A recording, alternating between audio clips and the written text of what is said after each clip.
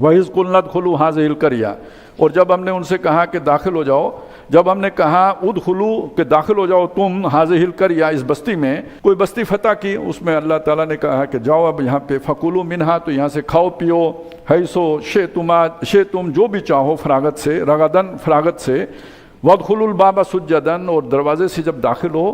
تو عاجزی سے، یہاں سجدے کا مطلب یہ نہیں کہ ماتھا ٹیک کر، بلکہ یہ کہ عاجزی سے، اکڑ کر نہیں، وَقُولُوا حِطَّةٌ، اور یہ دعا کرتے ہوئے، مغفرت چاہتے ہوئے، اللہ سے گناہوں کی بخشش مانگتے ہوئے، نغفر لکم خطایاکم، میں تمہاری تمام خطائیں معاف کر دوں گا، وَسَنَزِيدُ الْمُحْسِنِينَ، اور جو احسان کرنے والے ہیں انہیں مزید بھی دوں گا۔ یہ تو ایک فتح ہے، کئی فتوحات دوں گا۔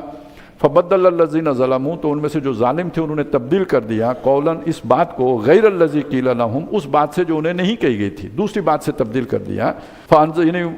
حتتن کی جگہ انہوں نے کہا ہنتتن، کوئی زیادہ تبدیلی نہیں کی، تھوڑا سا ہی اس کے اندر ایک نون کا اضافہ کر دیا، لیکن مطلب اس کا بگڑ گیا۔ انہوں نے کہا جی یہ من و سلوہ کھا کے اک گئے ہیں، تو اب ہمیں ملے گا یہاں پہ جو ہے نا وہ گندم ملے گی، جو ملے گا وہ ہم کھائیں گے، طرح طرح کی ڈشیں تیار کریں گے، ہنتتن کہنا شروع کر دیا، یعنی یہ شرارت کی۔ فَأَنزَلْنَا عَلَى الَّذِينَ ظَلَمُوا، تو جن لوگوں نے ظلم کیا تھا ان پر ہم نے اتارا رِجْزًا مِّنَ السَّمَاءِ، آسمان سے ایک عذاب، بِمَا كَانُوا يَفْسُقُونَ، ان کی نافرمانی کی پاداش میں۔ کوئی طاعون کی وبا پھیلی تو وہ اس طرح کے جتنے لوگ تھے وہ 70,000 کے قریب مارے گئے۔